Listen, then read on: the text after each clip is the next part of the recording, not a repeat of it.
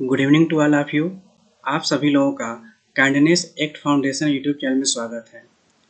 जैसा कि मैं अपने पहले वीडियो में आप लोगों को इन्फॉर्म किया था कि मैं स्टैटिक जीके पोर्शन को दो रूप में लेकर चलूँगा, एक स्टैटिक जीके थ्योरी के रूप में और एक स्टैटिक जीके क्वेश्चंस की सीरीज के रूप में। तो आज मैं स्टैटिक जीके क्वेश्चंस का सीरीज लेकर आया हूँ, जिसका पार्ट 1 आप लोगों के सामने पढ़ाने जा रहा हूँ। यकीनन आज आप लोगों को इससे काफ़ी कुछ सीखने को मिलेगा। तो दोस्तों आइए स्टार्ट करते हैं अपने पहले क्वेश्चन से। केनरा बैंक में किस बैंक का विलय हुआ है? Union bank, syndicate bank, Indian bank, Punjab national bank. दोस्तों जब भी हम लोग रोड पर जाते हैं तो बिल्ली को देखकर हम लोग अपना किनारा कर लेते हैं। ये हुआ कैट मीन्स बिल्ली, ये हुआ रोड पर जो आप किनारा कर लेते हैं। तो केनरा बैंक में किस बैंक का विलय हुआ है? तो सही आंसर है सिंडिकेट बैंक का। दोस्तों 1 अप्रैल 2020 को 10 बैंक का विलय हो गया था, उससे 4 बैंक बने थे। मैं आप लोगों को इन चारों बैंकों के बारे में जानकारी दे रहा हूँ। एक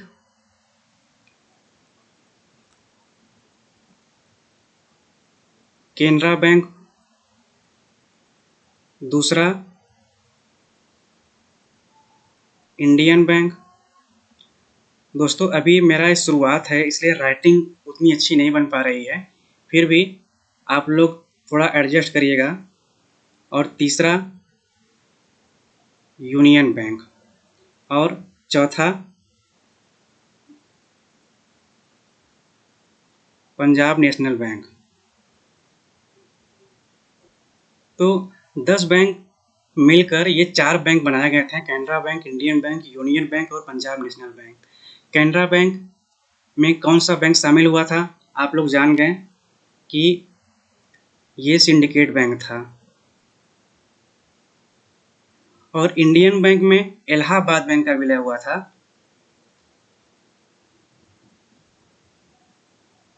इलाहाबाद बैंक का विलय हुआ था। ये ई हो गया और ये ई हो गया, इस तरीके से याद रख सकते हैं। यूनियन बैंक, यूनियन मीन्स एकता होती है और एकता में शक्ति होती है।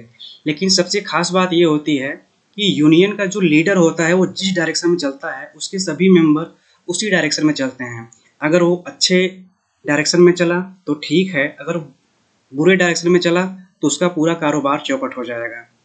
तो यूनियन के जो अन्य मेंबर होते हैं वो लीडर के डायरेक्शन में बिल्कुल अंधे व्यक्ति की तरह चलते हैं। तो इसी से मैं आपको याद करवाऊंगा, अंधे व्यक्ति की तरह वो लीडर के पीछे चलते रहते हैं। इसलिए यूनियन बैंक में एक आंध्रा बैंक और एक अगर गलत डायरेक्शन में चलें तो उनका पूरा कारपोरेट नष्ट हो जाएगा। तो दूसरा क्या है? Corporation bank. और चौथा Punjab national bank. Punjab national bank आपको जब भी पंजाब के लोगों की याद आती है या जेहन में उनका तस्वीर छपता है तो बहुत हट्टे कट्टे ही होते हैं, इसलिए इसके नाम भी काफ़ी हट्टे कट्टे हैं। इसका नाम भी काफ़ी हट्टे कट्टे हैं। पहला यूनाइटेड बैंक ऑफ इंडिया और दूसरा ओरिएंटल बैंक ऑफ कॉमर्स।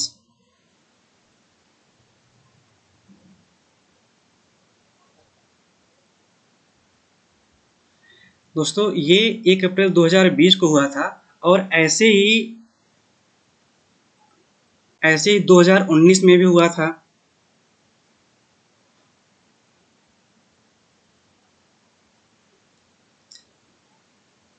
उन्नीस में क्या हुआ था, 3 बैंक मिलकर एक बैंक में शामिल हो गए थे और उस बैंक का नाम था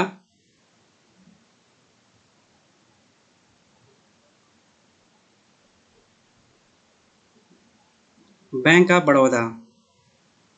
दोस्तों इसमें जो शामिल थे, ये आप बड़ा को ध्यान रखिए। बड़ा कौन होता है? लोग बोलते हैं जो सक्सेस हो जाते हैं या जो विजयी हो जाते हैं वो बड़े होते हैं, लेकिन कुछ लोग बोलते हैं कि नहीं, बड़ा वो होता है जो दानी होता है। तो इससे आप ये लोग याद रख सकते हैं, बैंक ऑफ बड़ौदा में विजया बैंक और देना बैंक इसमें शामिल हुए थे। अब ऐसे ही दोस्तों मैं बात कर रहा हूँ, बहुत शुरुआत में 1921 में एक बैंक का विलय हुआ था, 3 बैंकों का विलय हुआ था और उसका नाम इंपीरियल बैंक पड़ा था। और वो 3 बैंक कौन थे? ये ब्रिटिश उपनिवेश के समय 3 बैंकों की स्थापना किया गया था, जिनको मिलाकर इंपीरियल बैंक बनाया गया। और ये तीनों प्रेसिडेंसी थे। कौन सा? बैंक ऑफ बंगाल, दूसरा क्या था? बैंक ऑफ बॉम्बे, उस टाइम मुंबई नाम नहीं था, बॉम्बे नाम था। तीसरा बैंक ऑफ मद्रास। दोस्तों यही जो इंपीरियल बैंक है, 1 जुलाई 1955 को स्टेट बैंक ऑफ इंडिया इसका नाम कर दिया गया। तो दोस्तों अगर स्टेट बैंक ऑफ इंडिया का स्थापना पूछता है तो 1 जुलाई 1955 बोलना पड़ेगा। और ये state bank of India Bharat की सबसे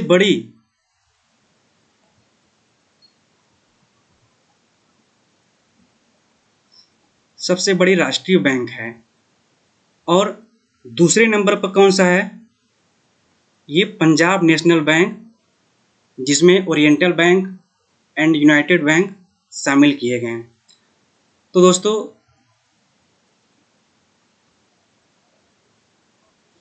तो इसका आंसर कौन सा हुआ? Syndicate bank. अब हम लोग अपने नेक्स्ट क्वेश्चन पर चलते हैं। दोस्तों आप लोग ये बतानी है कि 14 बैंकों का राष्ट्रीयकरण कब हुआ था और किस पंचवर्षीय योजना में हुआ था। दूसरा क्वेश्चन है, भारत का प्रथम सुपर कंप्यूटर कौन सा है? परम सिद्धि, फुगाकू, परम, क्रेवन। दोस्तों अगर भारत के संदर्भ में बात करते हैं तो भारत का प्रथम सुपर कंप्यूटर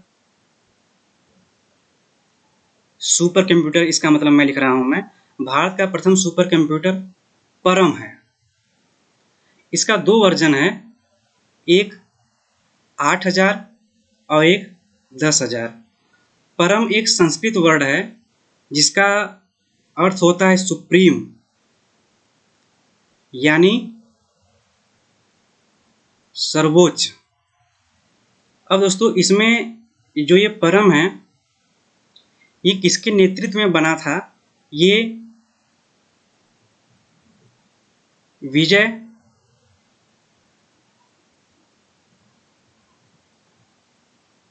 भटकर के नेतृत्व में बना था, इसलिए इन्हें भारतीय सुपर कंप्यूटर का जनक कहा जाता है। विजय भटकर को भारतीय सुपर कंप्यूटर का जनक कहा जाता है। दोस्तों अगर ये बात किया जाए कि भारत का सबसे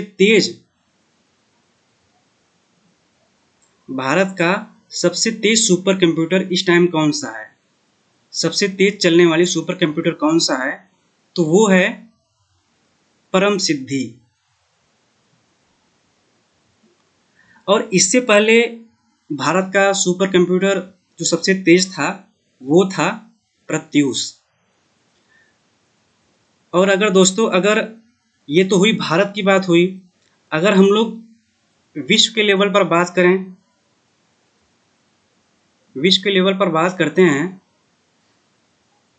तो सबसे पहला सुपर कंप्यूटर कौन था? सबसे पहला सुपर कंप्यूटर क्रे 1 था।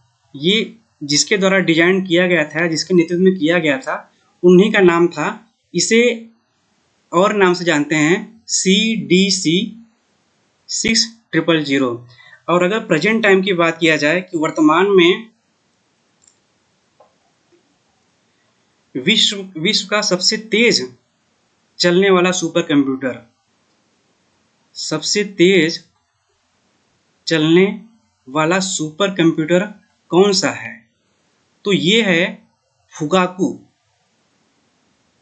ये अभी हाल ही में ये लिस्ट में सबसे ऊपर नाम आया है और ये जापान की सुपर कंप्यूटर है। तो दोस्तों इसका सही आंसर कौन सा हुआ फिर? परम। इसका सही आंसर परम। नेक्स्ट क्वेश्चन की बात करते हैं दोस्तों। राज्य हड़प नीति किसके शासनकाल में अपनाई गई थी? Lord Dalhousie, Warren Hasting, Lord Hasting, Lord Wellesley. तो ये जो क्वेश्चन है, सबसे पहले राज्य हड़प नीति की ही बात कर लेते हैं।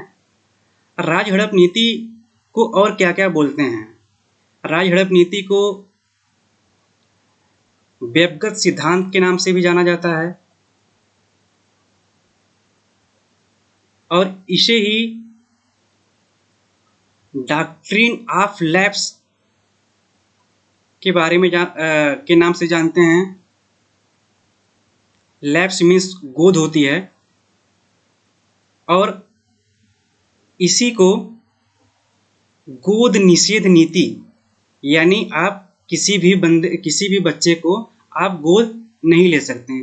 जब भी गोद निषेध नीति की जैसी बात आई, आपके माइंड में झांसी की रानी लक्ष्मीबाई की याद आती है, जिन्होंने गोद लिया था। तो दोस्तों ये क्वेश्चन इस तरीके से बन सकता है, इन चारों तरीके से बन सकता है। राज्य हड़प नीति या व्यक्तिगत का सिद्धांत या डॉक्ट्रिन ऑफ लैप्स या गोद निषेध नीति किसके शासनकाल में अपनाई गई थी?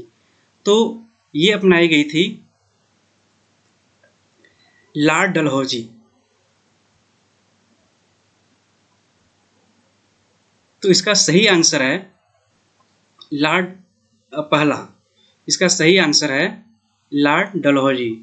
दोस्तों इससे काफ़ी क्वेश्चंस इससे रिलेटेड आते रहते हैं, वो सभी क्वेश्चंस देख लेते हैं हम लोग यहाँ पर। जैसे ये पूछा जाता है कि द्वैत शासन किस गवर्नर ने किया था, या एक पूछा जाता है अस्थाई बंदोबस्त, एक ये भी पूछा जाता है इजेदारी प्रथा,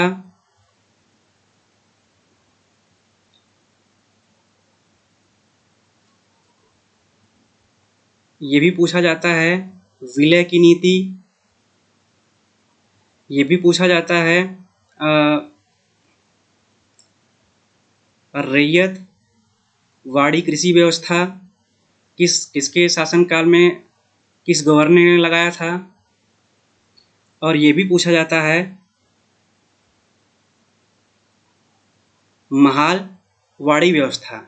इन सभी का मतलब मैं बताऊंगा दोस्तों, बस इतना भर जानिए अभी कि द्वैत शासन किसके शासनकाल में लगाया गया था। ये रॉबर्ट क्लाइव, जो बंगाल का सबसे पहला गवर्नर बना था। अस्थाई बंदोबस्त ये वारेन हेस्टिंग था, जो कि बंगाल का पहला गवर्नर जनरल बना था।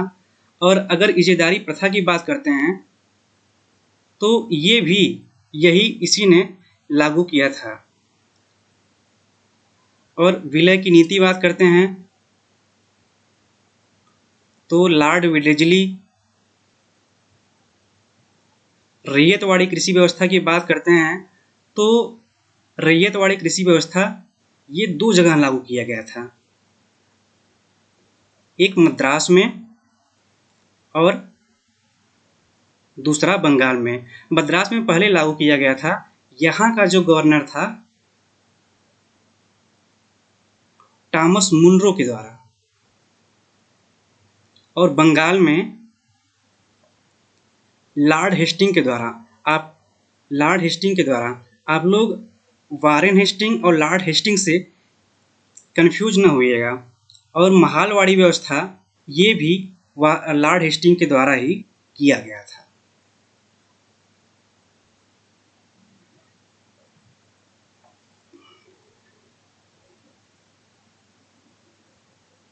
तो इसका सही आंसर कौन सा है?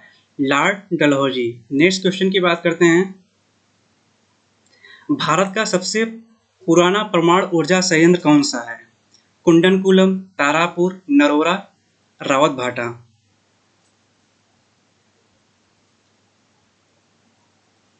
दोस्तों, हमारे भारत देश में टोटल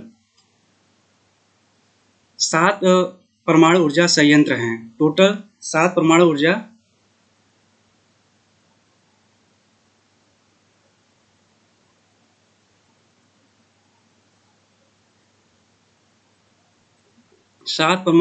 संयंत्र हैं। इसे इंग्लिश में न्यूक्लियर पावर प्लांट भी बोलते हैं। अब दोस्तों, यहाँ पर बात आ रही है भारत का सबसे पुराना परमाणु, तो इसका सही आंसर तारापुर है। पर अगर ये बात आ जाए कि भारत का सबसे नवीनतम परमाणु ऊर्जा कौन सा है, तो ये कुंडनकुलम की बात है। अब कुंडनकुलम आंसर है, पर यहाँ पर करेक्ट आंसर ये तारापुर है। दोस्तों, हम आपको 7 परमाणु संयंत्र के बारे में बता दे रहे हैं। दोस्तों, अगर आप मैप देख लीजिए, ये मैप है आपका भारत का।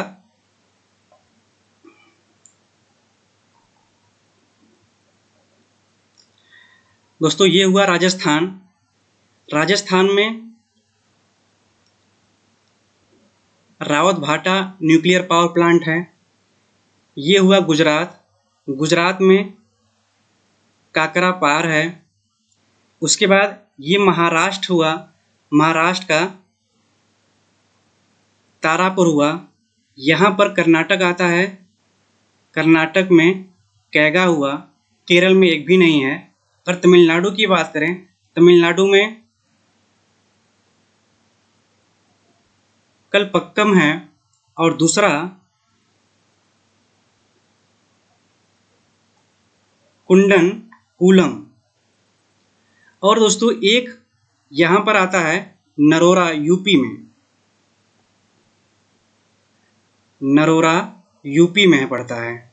तो दोस्तों, 4, 5, 6, 7 ये सातों हैं। अब इसमें जो क्वेश्चंस हैं, अब ये देखिए, ये तारापुर और एक ये कुंडनकुलम, ये सबसे नवीनतम है। ये सबसे नवीनतम है और अभी भी इसे बनाने का काम चालू है और चल भी रहा है, और ये सबसे पुराना है। और इन दोनों की मेन खासियत बात है, ये दोनों रसिया के हेल्प से बनाया गया है और ये बनाया जा रहा है। तो दोस्तों, इसका सही आंसर सबसे पुराना तारापुर है। नेक्स्ट क्वेश्चन की बात करते हैं। भारतीय संस्थान के संस्थापक कौन हैं? भारतीय संस्थान, यहाँ पर दोस्तों एक क्वेश्चन है, भारतीय सांख्यिकी संस्थान के संस्थापक कौन थे? दोस्तों, भारतीय सांख्यिकी संस्थान के संस्थापक पीसी महालनोबिस थे। पीसी महालनोबिस से इनका पूरा नाम प्रशांत चंद्र महालनोबिस है। दोस्तों, इनका जन्म 29 जून को हुआ था, इसलिए 29 जून को भारतीय सांख्यिकी दिवस मनाया जाता है। भारतीय सांख्यिकी दिवस मनाया जाता है।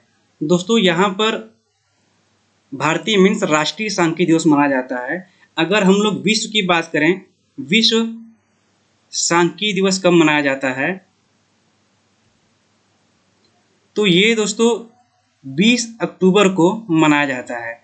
अब 20 अक्टूबर, ये इसकी सबसे खास बात है कि ये प्रत्येक 5 साल पर मनाया जाता है। प्रत्येक 5 साल पर मनाया जाता है। अब हम लोग भारतीय सांख्यिकी संस्थान की बात करते हैं, तो ये भारतीय सांख्यिकी संस्थान ये एक शोध संस्थान भी है और एक विश्वविद्यालय भी है। और ये कहाँ पड़ता है?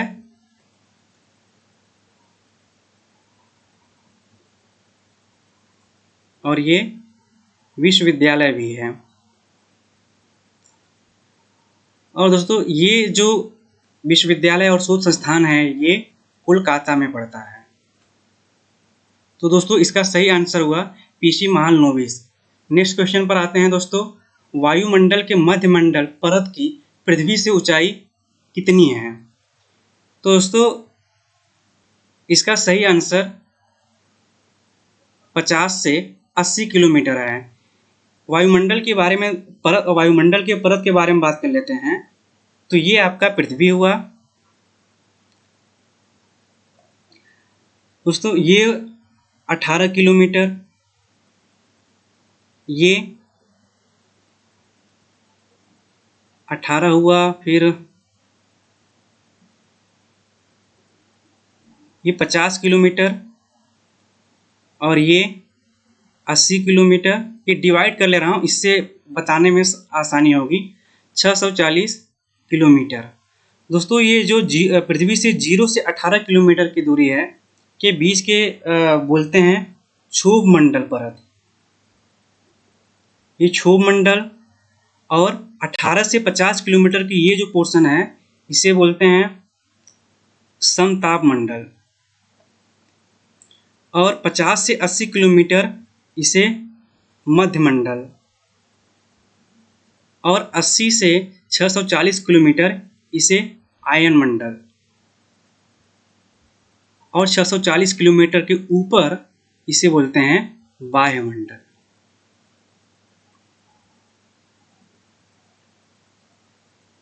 इसे वायुमंडल बोलते हैं।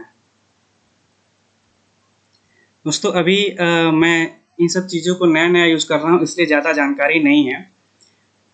तो इसकी बात करते हैं, क्षोभ मंडल की बात करते हैं।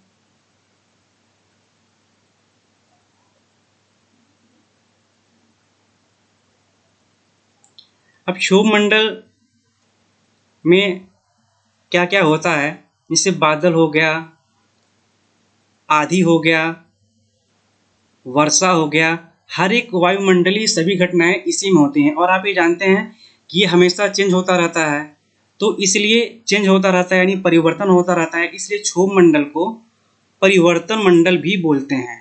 क्षोभ मंडल को परिवर्तन मंडल भी बोलते हैं। अब यहीं पर जेट स्ट्रीम चलती हैं। जेट स्ट्रीम को हिंदी में बोलते हैं संवहनी धारा। संवहनी धारा, इसलिए इस मंडल को संवहन मंडल भी बोलते हैं। संवहन मंडल भी बोलते हैं। अब दोस्तों समताप मंडल की बात करते हैं। समताप मंडल, ये जो समताप मंडल का निचली परत है, ये पोर्शन, यहाँ पर जहाजें चलती हैं। और जो समताप मंडल का ऊपरी परत है, यहाँ पर ओजोन पाई जाती है, इसलिए इसको ओजोन मंडल भी बोलते हैं। इसका क्वेश्चन में एग्जाम में ये पूछता है इसकी रेंज कितनी है, तो पृथ्वी से 32 किलोमीटर से लेकर 50 किलोमीटर तक ओजोन पाई जाती है, और निचले परत में जहाज पाई जाती है। इसीलिए आप देखते होंगे कि जहाज कभी बादल आधी तूफान के बीच में से गुजरता है, जिससे जहाज को चलाने में दिक्कत भी होती है। मध्यमंडल की बात करते हैं दोस्तों। मध्यमंडल में ये उल्का पिंड, जब इसी परत में जब उल्का पिंड आती है तो यहाँ से जलकर इसी परत में जलकर ये खत्म हो जाते हैं। आयन मंडल की बात करते हैं, जो आपका रडार होता है, टेलीफोन होता है, ये सब, इन सब के लिए व्यवस्था यहीं पर की जाती है, और रेडियो की भी व्यवस्था यहीं पर की जाती है। कि जैसे रेडियो, और इसीलिए रेडियो में क्या होता है, रात के समय आयन मंडल सिकुड़ कर मतलब बहुत पतला हो जाता है, इसलिए हम लोगों को रात में रेडियो की आवाज़ काफ़ी साफ सुनाई देता है। और 640 किलोमीटर से ऊपर यानी वायुमंडल, यहाँ पर क्या होता है, यहाँ पर आर्टिफिशियल सैटेलाइट, कृत्रिम उपग्रह यहाँ पर होते हैं। तो दोस्तों इसका सही आंसर हुआ 50 से 80 किलोमीटर। और ये क्या है, ये ओजोन मंडल का रेंज है,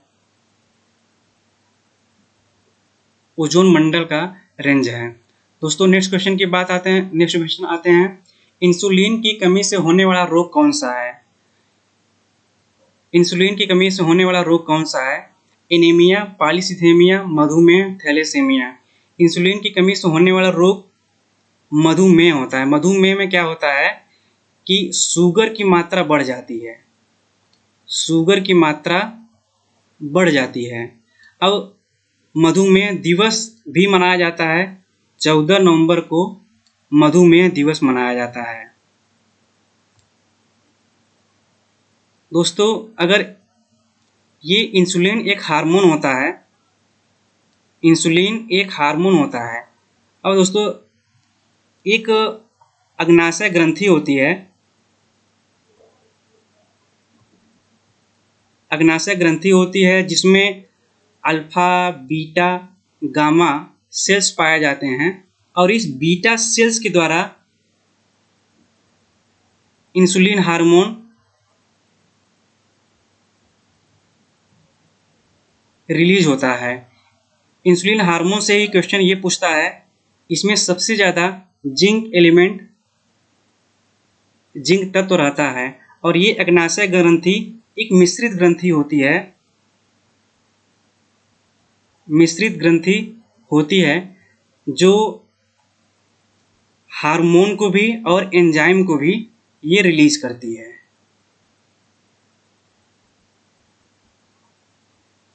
रिलीज करती है। दोस्तों इसके अन्य की बात कर लिया जाए कि एनीमिया क्या होता है, पॉलीसिथेमिया क्या होती है, थैलेसेमिया क्या होती है, तो ये काफ़ी इंटरेस्टिंग है और ये सारे क्वेश्चन सारे इम्पॉर्टेंट हैं। जो पहला क्वेश्चन था, ऑप्शन था ये एनीमिया। एनीमिया में क्या होता है दोस्तों, आरबीसी की संख्या कम हो जाती है, आरबीसी की संख्या कम हो जाती है जिससे खून की कमी हो जाती है और इसी को एनीमिया बोलते हैं। अब एक होती है पॉलीसिथेमिया। अब इसमें क्या होती है दोस्तों, इसमें आरबीसी की मात्रा बढ़ जाती है। जब आरबीसी की मात्रा बढ़ जाती है इसे ही बोलते हैं पॉलीसिथेमिया। इसमें खून की अधिकता हो जाती है, खून की अधिकता से पॉलीसिथेमिया होती है। और एक होती है थैलेसेमिया।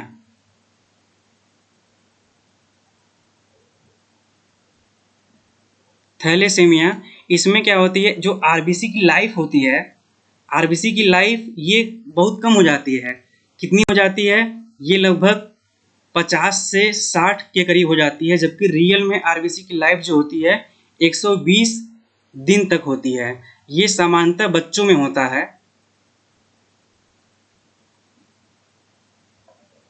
दोस्तों इसका सही आंसर क्या हो गया, मधुमेह। अब आते हैं नेक्स्ट क्वेश्चन में, संविधान दिवस कब मनाया जाता है?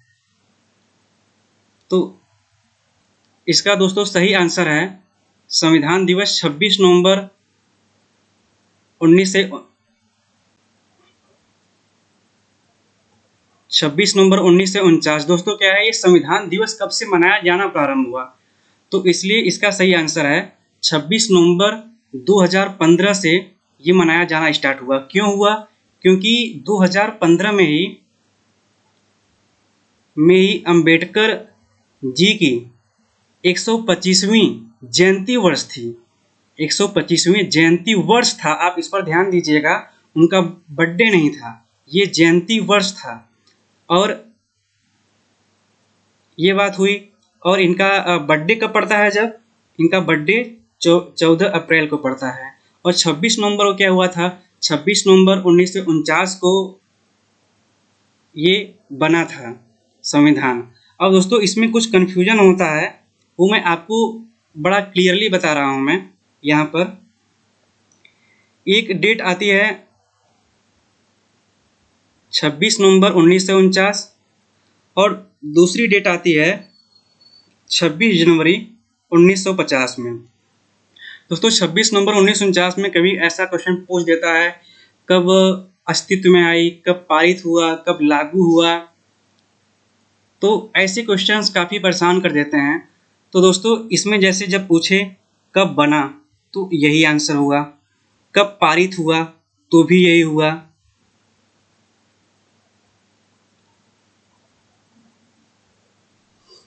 और इसमें कैसे पूछता है, इसमें कब लागू हुआ, कब प्रभाव में आया,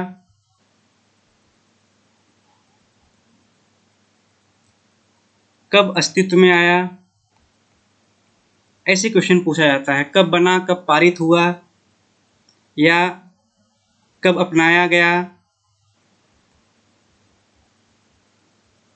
या कब अंगीकृत, अधिनियमित, आत्मार्पित हुआ। दोस्तों ये कब बना, कब पारित हुआ, कब अपनाया गया, कब अंगीकृत, अधिनियमित और आत्मार्पित हुआ, ये 26 नवंबर 1949 को अगर पूछे कब लागू हुआ, कब प्रभाव में आया, कब अस्तित्व में आया, तो 26 नवंबर 1950 हम लोग जवाब देंगे। दोस्तों क्या था कि 26 नवंबर 1949 में प्रारूप समिति ने तो अपना काम कर दिया था, लेकिन 24 जनवरी 1950 को 24 जनवरी 1950 को यानी 2 दिन पहले जो संविधान की 2 प्रति बनाई गई थी, एक हिंदी में एक अंग्रेजी में, उसमें सारे सदस्य हस्ताक्षर जब तक नहीं किए तब तक ये बिल्कुल अस्तित्व में नहीं आई थी। इसलिए और ये क्वेश्चन इसमें ये भी पूछा जाता है कि उस टाइम हस्ताक्षर के समय कितने सदस्य थे, तो 284 सदस्य उस टाइम थे। तो दोस्तों आज का ये क्वेश्चन समाप्त हुआ और मुझे उम्मीद है कि आप लोगों को अच्छी लगी होगी, लेकिन बस इसमें प्रॉब्लम ये हुई कि मुझे लिखने में काफ़ी दिक्कत हो रही थी। और नेक्स्ट वीडियो से मैं कोशिश करूँगा कि हाँ मेरा राइटिंग धीरे धीरे अच्छा बन जाए। तो दोस्तों आप लोग बताइएगा आप लोग कैसा लगा, और अपना हिदायत भी दीजिएगा, और अगर अच्छा लगे तो लाइक, कमेंट और शेयर कीजिएगा। नमस्कार दोस्तों।